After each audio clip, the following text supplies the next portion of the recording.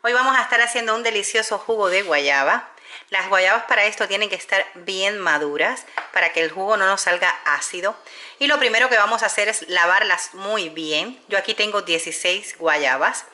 También le vamos a estar quitando estas dos puntas de aquí y las cortaremos a la mitad. Estaremos usando también un poco de agua, azúcar y unas gotitas de vainilla, que esto le da un gusto muy sabroso al jugo.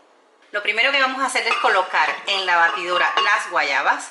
Yo voy a poner la mitad y luego volveré a hacer otro vaso más porque aquí tengo bastantes con la otra mitad de guayabas. Le vamos a poner la guayaba, azúcar, esta va a ser al gusto. Le voy a poner así, una cantidad así.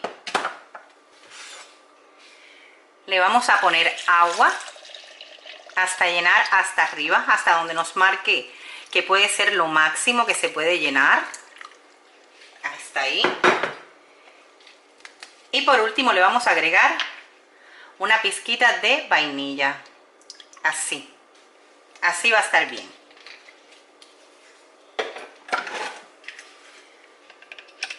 Cerramos la batidora y le damos a velocidad máxima.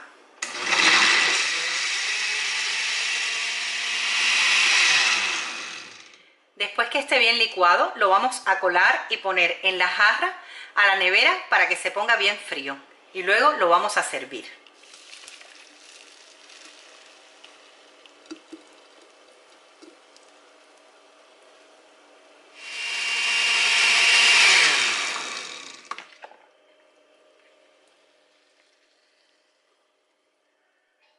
Ya está nuestro jugo de guayaba listo. Mirad todo lo que sale de esas 16 guayabas.